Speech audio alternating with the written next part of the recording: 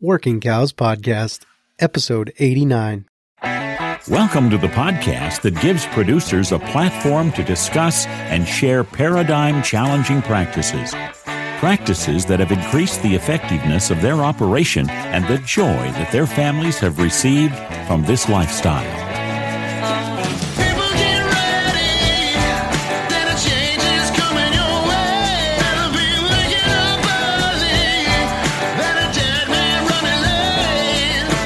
Howdy everybody, it's Clay Connery, host of the Working Cows Podcast, powered by the Global Ag Network, and this episode is brought to you by the final class of the High Plains Ranch Practicum. More on that in a minute, but just for now, make sure you're aware that registration is open at hpranchpracticum.com.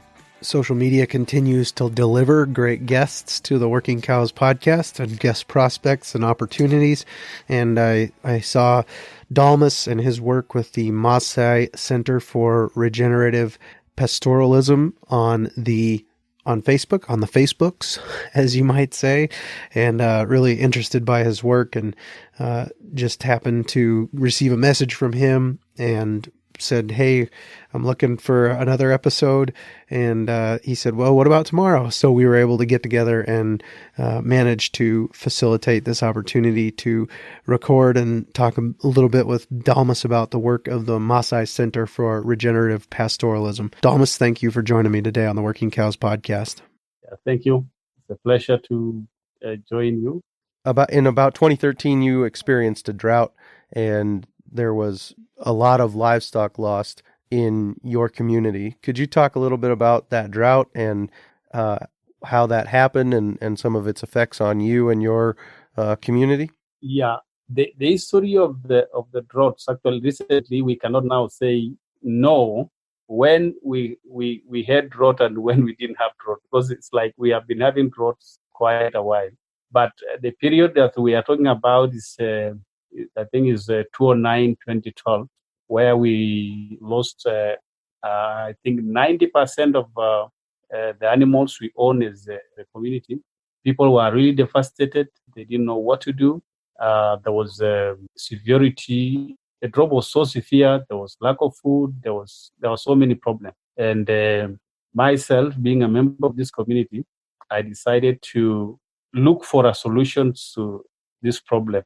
Yeah, so I came up with the Maasai Center for Regenerative Pastoralism to try to address the problems that are being caused by these droughts and land degradation. Yeah. And what is the history of the management of livestock with the Maasai people?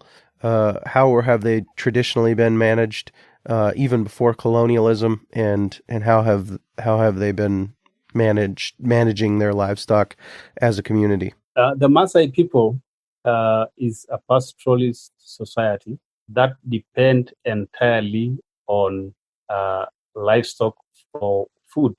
That means we take milk from the cow, we take meat and sometimes blood as our food. I think since maybe the Maasai, the mythology of the Maasai was that they were dropped from heaven by God, being on a cow skin, a big cow skin with the cows, and they were placed in a valley. And they were told, all the land that you see that it belongs to you. And if you find any cow in the world, that is your cow. So we think that all the cows in the world belong to us, and possibly all the land in the world belong to us. But the command was that we should take care of the land and take care of the cows. That is the myth about how the Maasai interacted with cows and land. Again, they tell us a story that how they domesticated other animals. That later on, I think they started domesticating the sheep. It was a red Maasai sheep and the goat. So the history of land is post-colonial land is that the Maasai were occupying actually like 70% of Kenya and a big portion of land in Tanzania, ranging from the shores of Lake Turkana to Dodoma in Tanzania. But during colonialism, the Maasai were pushed south to two districts in Kenya, that is Kajiado and Narok district. And then they also occupy northern Tanzania, the Arusha, Munduli, Ngorongoro, Manyara, and I think part of Dodoma. So when we were pushed, of course, we were concentrated into these two districts, and of course that again affected pastoralism, because people used to move from the southern part of Kenya or the northern Tanzania all the way to where they can get grass, and sometimes where they can evade infestation of tsetse fly and other diseases causing parasites. So then in the post-colonial era, the Maasai lost a big portion of land. We already lost a big portion of land during colonialism. Of course, there were big parts of land which were taken, but that is an history that I don't want to talk about, because that's not the meaning of this. What I want to say is that there were policies again which were brought with the structural adjustment being brought by the World Bank and the USAID in the late 60s and 70s, which occasioned subdivision of land. Of course, with the pretext that pastoralism was destructive to land, and they had to find a way to sedentarize pastoralism so that people don't move from one place to another with the animals, and to concentrate, to live in one place. The other reason was of course maybe to make it pastoralism more productive, and this was achieved. The land was subdivided, of course, with the opposition of some wise elders from the Maasai community, because there before, all the land belonged to us. We were able to manage the land because it was, adequate for pastoralism, for settlement, and for all these activities that the community required. Would you say that the pastoralism of the Maasai before colonialism, before the subdivisions of the land, was regenerative? Was it doing good things for the land? I want to come to that, but what I can say is that the effects that this subdivision of land had was that people were reduced into people who can, live in a small area, maybe 50 or 20 acres of land, and you're owning maybe a herd of 30 animals or 100 animals, and you're told the land belongs to you. You're not supposed to, to live with your neighbor and all that. What I can say is that this is one of the disasters that ever happened to this community, because one thing it brought is that it actually caused a division within the people who had a very strong social fabric. They were living together as brothers and as communities, and this has been affected. What used to happen is that our traditional grazing system was the best. Why? Because elders were the ones actually who had a lot of knowledge on the land, and a lot of knowledge on the the grasses and the minerals and the sources of water, and they were able to guide us and tell us that. I can say that our grazing system was regenerative. It considered the health of the land, that also that the animals we keep were able to provide to produce enough for our people in terms of milk and beef, and also that the society was living together in harmony without really having problems being caused by scarcity of these common resources. It was regenerative. And since the restructuring, since the subdivision of land, that has no longer been possible. Is that accurate? Yeah, I can say yes. We in other areas where people still have, because there are areas where they did subdivision, but they have communal land. And actually, those are the areas now that we go to when we have a drought situation in our areas. So the people who are still managing in places like Loita and Amboseli and other places, they are managing their land very well as communities, as villages. So there's a difference with the people who have own land as a communal land, and for those who own land as individual land. Yeah. Yep. So those places that are community owned and continuing the tradition of Maasai pastoralism are they're more drought resilient. Yes. Is that right? So now let's talk about your how did you come to holistic management? How did you come to the strategic plan that you have up on your website, which will be linked in the show notes page at workingcows.net/89. People will be able to find a link to Dalmas's website and the website for the Maasai Center for Regenerative Pastoralism at workingcows.net/89, and you can read his strategic plan there. But how did you come to holistic management? Yeah, what happened is that when we went through this situation where we lost all the animals, myself, that time I was already working. I finished the university and I was working. And when people were buying cars, others were buying, good things and all that, I was always buying cows. So you find that I really love cows. I really love cows, and that's what I was doing. So I have really invested a lot, and I've gained a lot of respect among my community members. It's a sign of riches when you have animals here. And when we lost these animals, it was very, very devastating.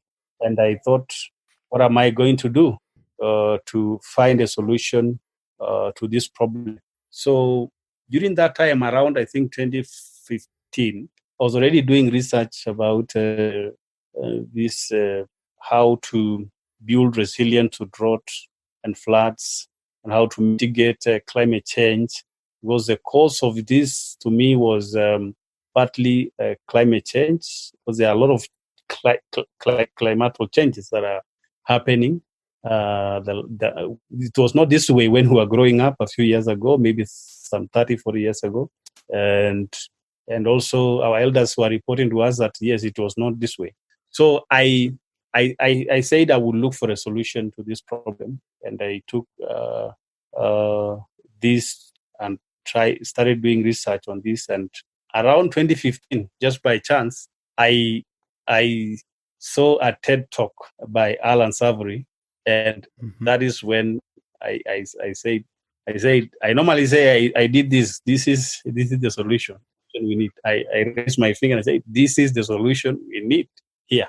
So I actually wrote to Alan Savory. I wrote an email to Alan, and he referred me to, they have a hub here in Kenya at the Mara, and he referred me there. That time I was not able to go there because I was full-time employed in an area that was actually even far from my home area, from where my animals are, my parents and my family. So I so that way I did.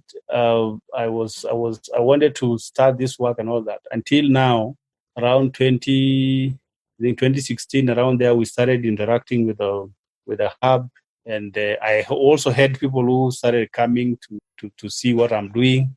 A lot of people got interest in what I do, and I started receiving visitors. And somebody came here called Seth Discan, and he took us and community members, other 7 community members, to the Mara Training Center, the Safari Hub. We did our training on holistic management, and we came here and we launched a project on land restoration. Of course, it's a bit slow because we have not really found funds yet to scale up the work, but I can say that there are a lot of changes we have already seen. In fact, last December, when they had a problem with the grass, people were running to our village where this work started. Because people who heard about you cannot. I told people we cannot keep on keeping animals that we are, raising animals for droughts, just for them to drive during droughts. And I told them, for you to keep a cow, you must make sure that you are growing grass, that you have enough grass that these animals will eat. So yeah, that's how I interacted with holistic management, and it is a solution that I believe. However, of course, as you know, the hardest part is the social aspect of bringing people together, telling people. Because for me, my intention is to have people, this idea of land subdivision just collapse, and people view the land as something communal.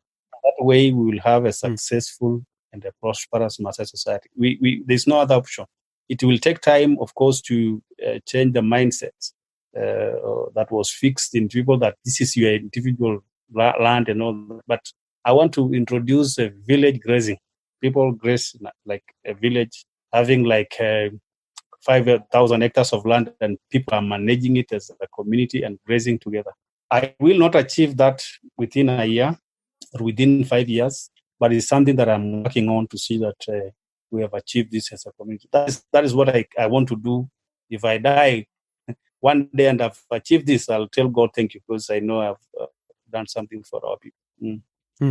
And so, where are you at now in your process? You said that the limitation was being able to scale up. Is that about being able to purchase cows? Is that the limitation right now, is the funding to purchase cows? Yeah, we are looking for funds to buy cows that are enough to, to move and graze and help us to grow grass. The second one is that we were trying to address issues to do with water. So we map up the whole issues to do with pastoralism as an economy, and we said, what is affecting pastoralism in Maasai land? And we said, one is grass, two is water. And we said, for us to get a long term, we must tell people the first thing we should do before even thinking about livestock is to make sure that the land is managed properly. And this will happen if we get to also train people, giving people the right information they require to help them manage the land properly. So trainings, livestock, and water. So those are the areas that I'm focusing on, and that's what I want to do. And how is that process going? I mean, how long have you been working on raising the funds? How long have you been working with the Maasai Center for Regenerative Pastoralism, and kind of where do you feel you are? Well, I can say that we have not really actively been involved in fundraising as myself and the part of the Center of Maasai Center for Regenerative Pastoralism. But we had friends who visited here, like said this can, and I think soon is going to start now really doing really fundraising for the project. And but through generosity of friends, we have been doing sometimes raising funds on Facebook. And at one point, we bought, I think, 12 animals for community members. And we have been also able to do the trainings through the same fundraisings that we have done on Facebook. Yeah, so I can say we've been doing this, I think, since 2017. But really, myself, because I don't know how to do these fundraising. I don't know how to. That is the hardest part, maybe, of how to do it and to know these people who might support us. Yeah, so yeah, that's how it is. I understand that very much. Dalmas, just a quick break. We're going to talk a little bit about the High Plains Ranch Practicum, a great opportunity for people to have their paradigms challenged. Really excited next week to have Dallas Mount coming on the show to talk a little bit about profitability targets for the 2018 calf crop and how that relates to making some projections for 2019's calf crop, which is already on the ground or getting there in most cases. So really excited about the opportunities that this is presenting to ranchers to go and to get a new way of thinking, and I hope that people will consider seriously the opportunity to register for the High Plains Ranch Practicum at hpranchpracticum.com, and I look forward to next week with Dallas Mount. Where are you at on the journey of the actual regeneration of the land?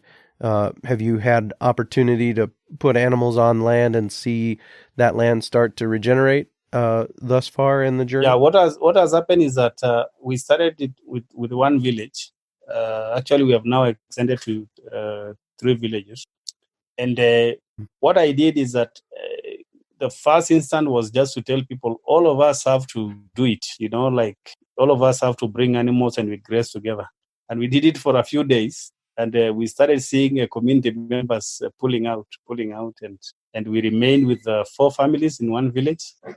There's one village again which has how many homesteads? About 6 families in another village, and another village which has, I think, 4 families. So we are working with a few families, and we intend to build to create good results with this and be an example. But my intention, of course, which is sometimes I don't have powers to do that, was that we introduce a village grazing system where the traditional Maasai grazing system, which used to be, that is the way I want things to be. But I don't have, this is something that I'll have to stay for long to persuade people. And yeah. So in your vision, all the cows would be together at one village at one time, and then after they've done their work there, they would move on to the next village, but all the cows would stay together all the time? Yeah, it's just to make a grazing plan for a whole village, and animals will get to move. Of course, the hardest thing is that a Maasai must stay with his animal. He must sleep. He cannot sleep if the animals are not home.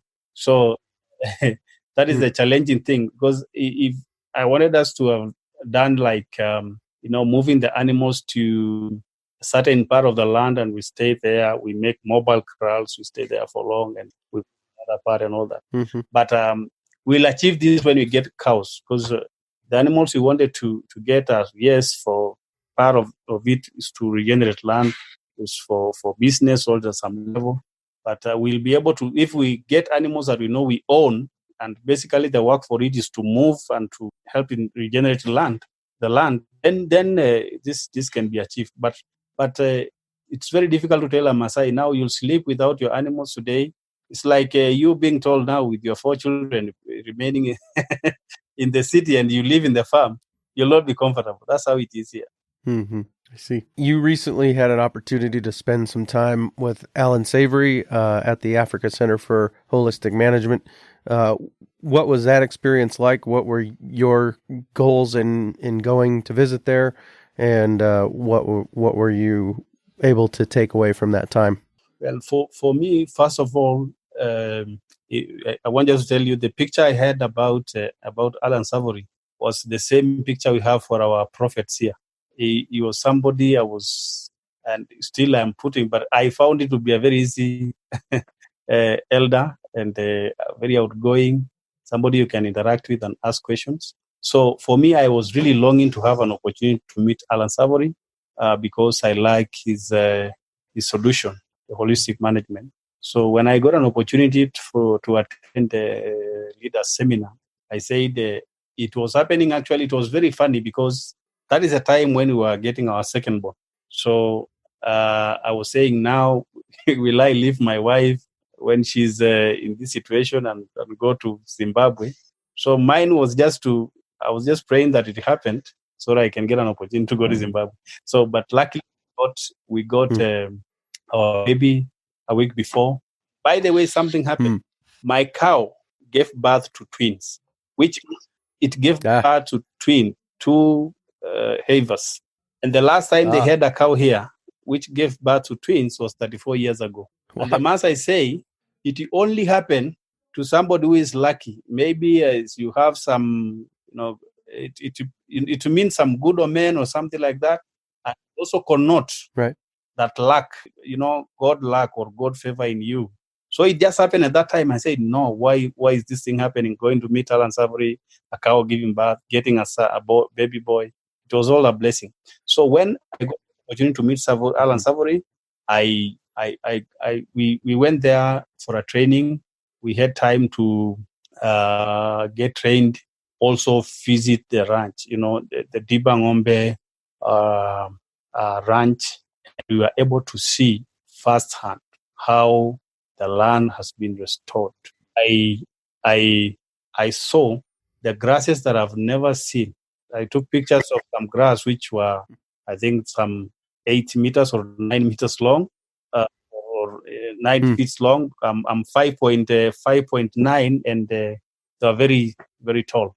So I got to see how the land has been restored using this solution.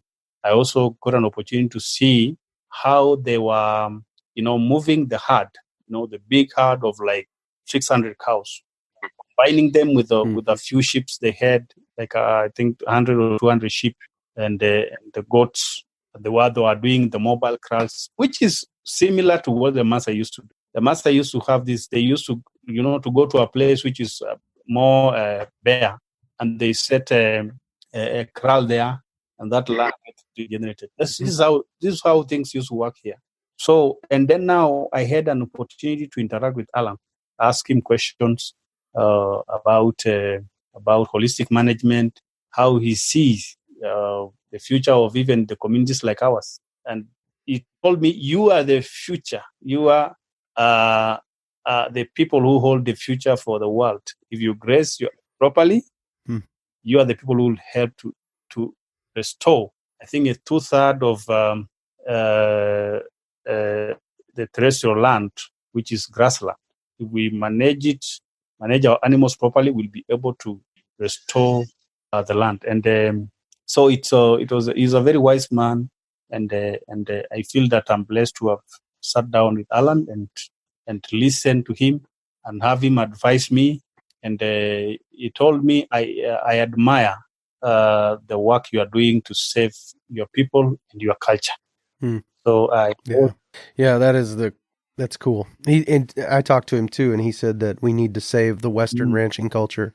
We also need to save the Maasai pastoralist culture, and see that those cultures are able to persist. So, could you tell me just real quickly what any piece of advice that he gave you that really stuck out, or anything that you saw there that really got you excited about the potential of your plan?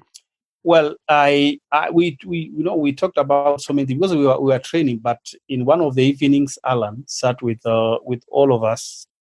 We just had supper, and he told us that we were told that Alan wanted to talk to you, and what he told us is that we should move faster to help in land restoration using holistic management. There is no time to wait. And I think that has really motivated me and inspired me to work hard and to say that this is the time we need the solutions to be working. We can't wait. We are destroying the planet with these practices, and this is the time. So for me, that word that this is the time to restore the land using holistic management is what really I can say it's very important for me, and we should do it. We should do it. We should not wait. Mm-hmm. Yeah, I believe in you. I got a couple of questions just related to the animals in the land.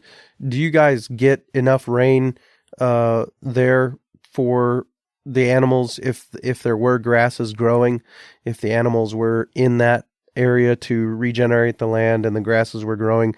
Is there enough rain generally for you to do well? Sometimes we get very good rains. I can say last year, April last year, we got, well, we didn't measure, but I can say we got very, very, very good rains here. There can be, if people can be taught, and we get to work with them to help in growing the grass. I think there's the rains are not the problem. I think it's just the management practices the problem. Sure. And what kind of animals do you guys run?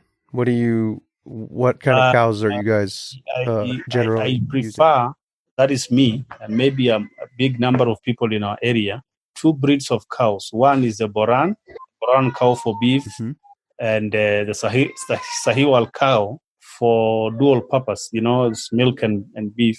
And both these breeds are important, but I prefer Boran because it's very resistant to harsh climatic conditions, and it's also good for beef, which has a huge market here in Kenya. And you guys would, if all things were going well and you had beef or cattle that were grazing and growing your herd, you would sell your beef to people outside of the Maasai community? In fact, I think 80% of beef that is consumed in Nairobi, which has a population of probably 10 million people now, comes from Maasai. So we have very huge market. We are not even able to to supply enough for the market. There is always demand for meat, demand because the population is growing. I'm not sure whether we have vegans in Kenya, but I think the population is really growing here and people eat meat. Right. How will you know that you have been successful in what you are trying to do with the Kenyan or the Maasai Center for Regenerative Pastoralism? How will you know that you've succeeded? I will measure my success by three factors. One is the first one is the land. The second one is the livestock, and the third one is the people who keep these animals, and they're very important. Us is the master. So if I get to see that the land that I am keeping that we occupy as a community is well regenerated and can produce enough, what is enough for all of us, then I'll say I'm successful. If I get to see that the animals we are keeping are healthy, productive, such that the economy of our people is good, I'll say I'm successful. If I get to see that the Maasai society is empowered socially, economically, and politically, and living in harmony with each other and with other communities, and being proud of their culture, then I'll say I have achieved success. This is what I want to see. Yeah. Very good. I really, really, I like that vision, and I would love to see it come to pass. How can we, as those who are listening to what you have to say today, help you move faster? You said Alan Savory's piece of advice was that you should move faster. How can we help you move faster? What I want is that I want support. I really want support to be able to fulfill this dream or this vision. I need the financial support, also the trainings for these regenerative practices, and I think that's what I want, and if more exposure also on my side, because I don't really consider my much. I want to see what is happening with the ranchers in your countries, in places where the land was degraded and they have used animals, livestock to restore the land. I want to see much of this, more of this, and to get more training as a leader for our people here. Yeah, so this is what I want. Well, I will make an appeal now to my audience to see what we can do to make that happen. And I think if anybody has any ability to help meet any of the needs that Dalmas has shared today, I would encourage you to take whatever steps necessary to see that happen. And I really hope that the Maasai people will be empowered economically, politically, and socially, and that the reason that they're empowered economically, socially, and politically will be because of their management of grazing animals.